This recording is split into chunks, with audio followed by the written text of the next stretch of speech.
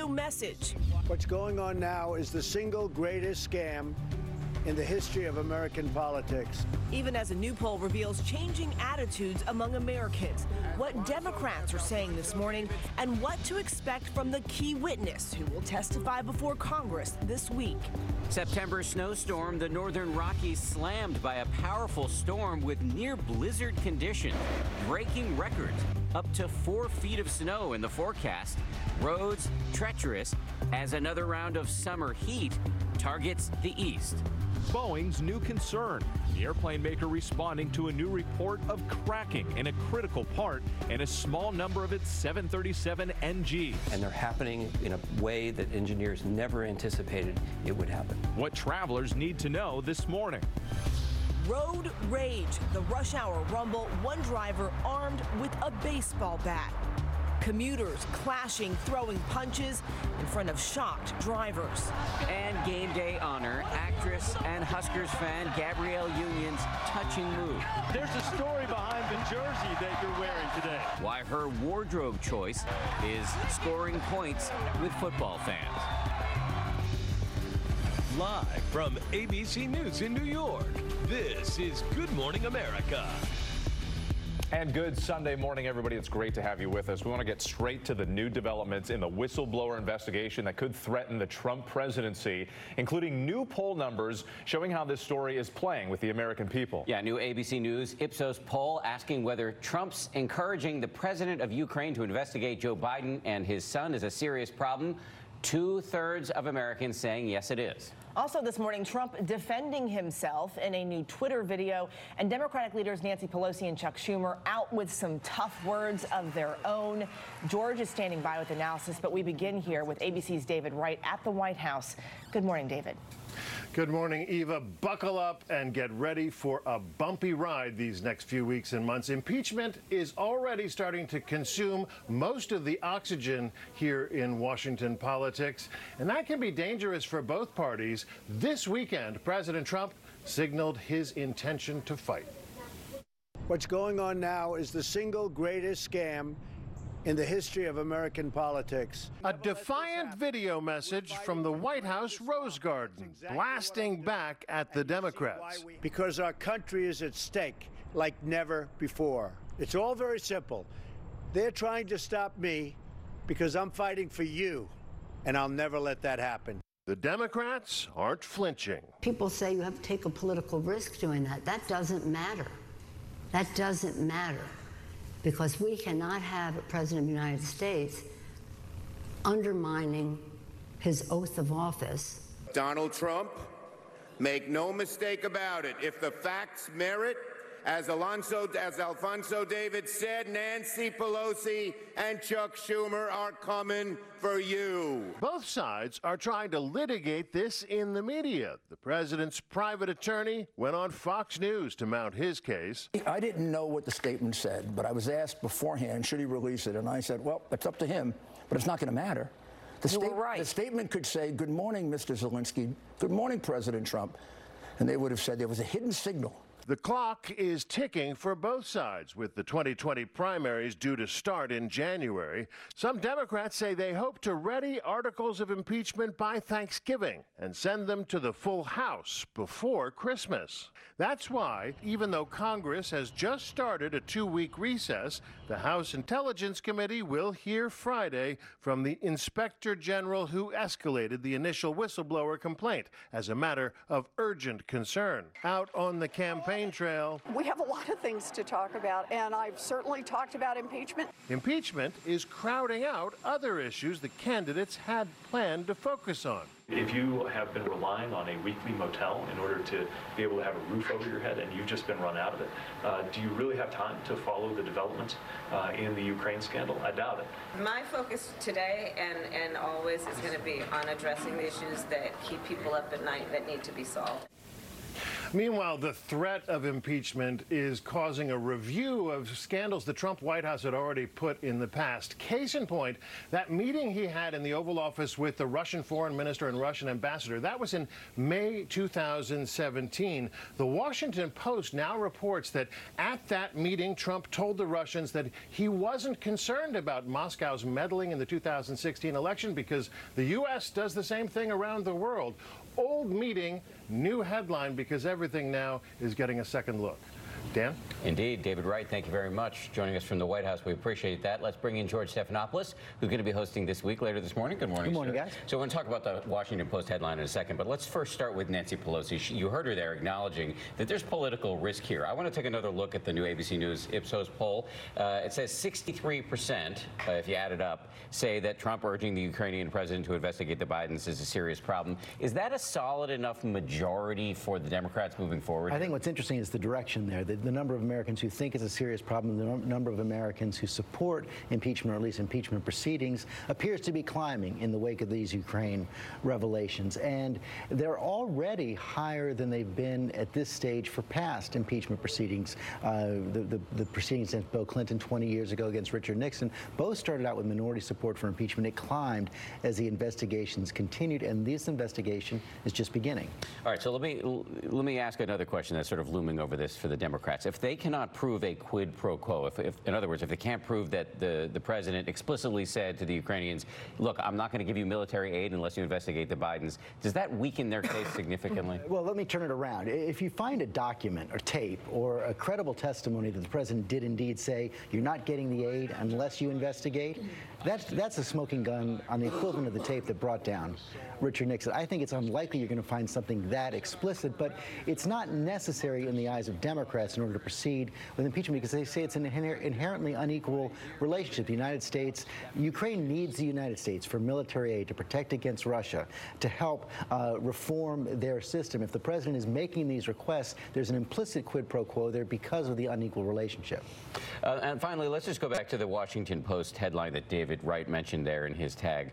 The headline is, Trump told Russian officials in 2017 he wasn't concerned about Moscow's interference in the U.S. election. According to the Post, this is why they started restricting access to certain conversations between the president and foreign leaders. What's your take on the significance of this? Well, remember something else about that meeting. That was a meeting that the Russian press was there and the United States press wasn't. They had actually been barred from the meeting. You have to go back to that point in time. This is a time when the intelligence community, which still has a consensus that Russia did indeed interfere, a consensus that they're still trying to interfere in our elections, and that is a serious national security threat.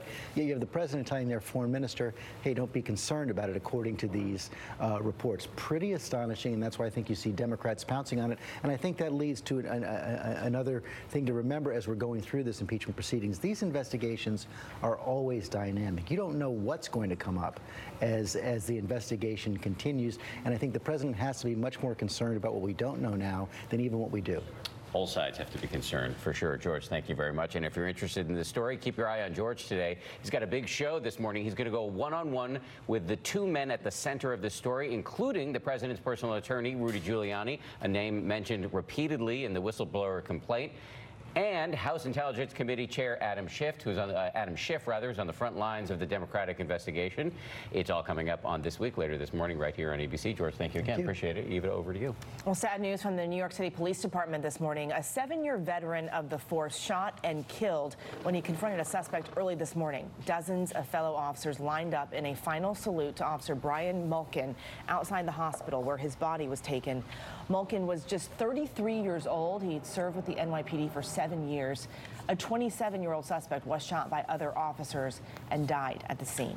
Turning overseas to Hong Kong, where the city is facing its most serious political crisis in decades. Protesters clashing with police, tensions rising ahead of the 70th anniversary of the funding of the People's Republic of China. ABC's Ian Pannell is in Hong Kong right now. Ian, good morning to you. Yeah, good morning. We're seeing incredible scenes once again in Hong Kong as these protests seem to have ramped up yet another level. You can see the Hong Kong Fire Service in action behind me here. They've been set up. These are barricades that were set up by the protesters. You can can look down on the ground, you can see these huge chunks of bricks that the protesters have been using to hurl at the police. The police have been responding with round after round of tear gas. Now, just to remind people, this is about a protest that is about freedom and democracy. They have 5 key demands. That's essentially what it's about. But it's also ramping up, as you suggest, to October the 1st, the 70th anniversary of the founding of the People's Republic of China. I can hear riot police moving around the streets now.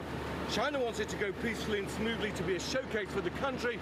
The protesters here in Hong Kong have got very different plans. Eva? All right, Ian Panel for us there in Hong Kong. Now to breaking news overnight, a sightseeing helicopter with 3 people on board going down just shy of its helipad. Helicopter crash, Lewisburg Fairgrounds. Panic at a fair in Pennsylvania when the sightseeing helicopter came crashing down in a parking lot. The helicopter has gone into parked cars near the helipad. The helicopter coming down hard on several parked cars, flipping onto its side. The cars all empty. The chopper giving fairgoers rides at the event about 90 minutes northeast of the state capital of Harrisburg. First responders surrounding the helicopter's mangled wreckage in the chaotic moments following the crash. We were here in approximately 4 minutes. There were medical personnel on scene when we arrived, treating the pilot of the helicopter. Also on board, 2 passengers. All 3 rushed to the hospital, amazingly suffering only minor injuries. And the FAA is investigating. The NTSB will determine the cause of the accident, but hard to believe that they were all able to walk away. That's right, only minor injuries. That's the good news here. New video this morning from a South Korean oil tanker explosion. Look at this. This is the view from the rear window of a vehicle crossing a nearby bridge. You see the moment the oil tanker crashed into the bridge from below, a giant ball of flame and black smoke rising into the air. No lives lost here, but 10 sailors on that tanker were injured. Amazing video. New concerns this morning for Boeing and the company's response to reports of cracks in a key component in a small number of its 737 next generation airlines. ABC's Kaylee Hartung is here with the details. Kaylee, good morning. Good morning, Whit. The Boeing 737 next generation aircraft we're talking about, it's among the most widely used airliners in the world. Investigators are now scrambling to determine how many of these jets are facing a threat to flight safety. This morning, Boeing under pressure by the federal government to solve another major problem. We have to produce a perfect product and do it right every time. At issue, Boeing's 737 next generation aircraft, used by more than 100 commercial airlines. In an exclusive investigation, our affiliate KOMO discovered Boeing has found cracking in a critical airplane part known as the pickle fork. The engineers I spoke to actually got a very grim sound to their voices. They warned that if this were to happen while a plane was in midair, it could be catastrophic. The pickle fork connects the plane's wing to the fuselage. Each Boeing 737 has 4 of them, designed to last the lifetime of an airplane. What's most disturbing about these cracks, not only that they're coming very early in the aircraft's life, is that they're happening in a place that's a critical juncture between the wing and the fuselage. And they're happening in a way that engineers never anticipated it would happen. Boeing says the issue was discovered on a small number of airplanes undergoing modifications, and they reported it to the FAA. The airplane manufacturer now trying to figure out just how many of these 737 next-generation jets are cracking. Engineers say fatigue cracking, once initiated, grows every flight. The FAA telling ABC News it's ordering operators to conduct specific inspections, make any necessary repairs, and to report their findings to the agency immediately. If it does get worse and they find more instances, they may ask for early inspections that could disrupt travel plans this fall. There are no reports of in-flight issues with any of these jets that have flown with cracking, and no one has been injured. But this is just the latest troubling safety issue for Boeing. Earlier this year, the widely used 737 MAX jet was grounded after 2 crashes left more than 300 people dead. Investigators still working to figure out if a failure of the automated system was to blame. This is not good news for Boeing, but there's absolutely no relationship between the cracks found in these next generation 737s and the problems that we know about in the 737 MAX. An in-flight failure of a pickle fork could be catastrophic in the worst case scenario, but Boeing is trying to get ahead of that, and the FAA is saying they must. Alarming information. Thank you, Kayla. Thank you, Kayla. Well, now to a stunning case of road rage caught on camera in Chicago. You know it's a bad sign if you see a driver holding a baseball bat out the window. That's not what you want to see. ABC's Zachary Quiche is here with more on this story. Good morning to you, Zachary. Eva, good morning to you as well. Never good to see a baseball bat out there on the road. Police are using this video as part of their investigation. An example of what not to do when you get upset behind the wheel. A classic case of road rage in Chicago. It happened on I-57 Thursday morning during the rush hour commute. Watch as the driver in the black car appears to cut into traffic while apparently dangling a baseball bat out the window. Once in the lane, the driver jumps out and takes a swing at the hood of the gray car behind her. That's when the passenger of the gray car gets out and confronts the woman. Cell phone video catches the two women exchanging punches. Then the driver of that car gets involved herself. The video ends showing her with the bat. Police say the video is key to their investigation and effort to track down all three women. According to AAA, nearly 80% of drivers express aggressive behavior behind the wheel at least once throughout the year. On the Massachusetts Turnpike earlier this year, a man clinging to the hood of another man's car. Police saying at the time the two got into a minor accident that led to an argument that then escalated when one man went to leave and the other stepped in his way. Somebody on the highway 95 has a guy on top of the car. Driving like this for almost 3 miles, third man pointing a gun at the driver to get him out of the driver's seat just as officers arrive. Now, both men in that incident were charged and have pleaded not guilty, guys. Not a new observation. There's something about being in a car that makes people absolutely. nuts. Revs them up a little bit, man. Absolutely. You don't act that way when you're walking down the street. Well, I do sometimes. I mean, let's be fair. Yeah, Dan's a raging walker. Yeah, watch out, New York. All right, thank you, Quiche. Appreciate it. All right, let's get to the weather. Brittany Bell back with us from our Raleigh station, WTVD. It's great to have. I'm a little surprised you came back once again. It doesn't scare me off. We were worried. This guy's the one you got. The rage walker didn't scare you off? I don't know. I'm a little afraid right now. The rage Watch out walker. for you. But you know what? It is the first weekend of fall, and we are already watching historic early season snowfall across the Rockies. Here's a view of some video in Fairfield, Montana, where they picked up close to a foot of snow already. On top of that, you can see that the snow is covering the trees, more the same along the roads, and winds are gusting as high as 50 to 60 miles per hour, making it hard to see. And that commute is already treacherous. Looking outside our video in Sisters, Oregon, and this is one of the passes. Those areas could pick up an additional 8 inches of snow once all is said and done. And that potent upper level low that's drawing in that cold air, leading to that heavy snowfall, the warm side of that system leading to heavy rainfall across the Midwest. And then timing things out, we'll continue to see that snow wrapping around across the northern Rockies, watching strong storms due to that warmer air fueling in those storms across the Midwest and South Dakota. And then looking at those warnings, looking at high wind warnings across the Colorado area, all due to those strong winds from the upper area of low pressure. That's what's going on across the area. Here's what's happening in your neighborhood. I'm ABC 7's Eileen Whalen. We are ending the weekend with really warm temperatures. Our high today, 86 degrees. Our average is about 74, so well above that. You'll notice the humidity a little bit lower this afternoon, and we will have a few more clouds later on this evening, but most of us will be dry. Now, as we kickstart our work and school week tomorrow, highs in the upper 70s, so it will be cooler and cloudy. An isolated shower possible west of town, but a warming trend into October. Record-breaking heat Wednesday, 94. So watching that early taste of winter for the Rockies, but still watching that hot weather across the remainder of the country. I'm clinging to that heat as long as possible. Yeah, same here. I do not want to be walking in my giant coat down the streets of New York. Those days are coming. Yeah, they are. Watch out for Dan, though. Filled with rage, as you do. Brittany, we salute your bravery in returning to us. Thank you very much. Great job. We're going to turn now to a special college football game day tribute by the actress and ardent Nebraska fan Gabrielle Union. Diane Macedo is here with the story. Good morning. Good morning to you all. So Omaha native Gabrielle Union was game day's guest picker, and no surprise, she was rooting for Nebraska. But her biggest moment of the day was actually focused on a player who wasn't even on the field. He's the guy that's got to open up the door for the real star here in Lincoln, Nebraska.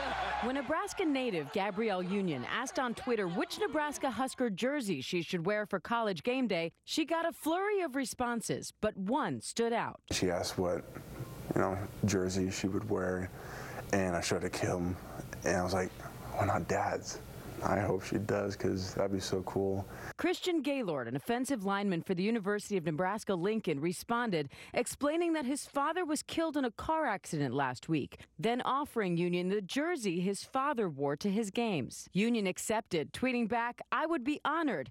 And on game day, Union stepped out in number 65, excited to rep Husker Nation and Christian's dad. Gabrielle, there's a story behind the jersey that you're wearing today. Yes, Christian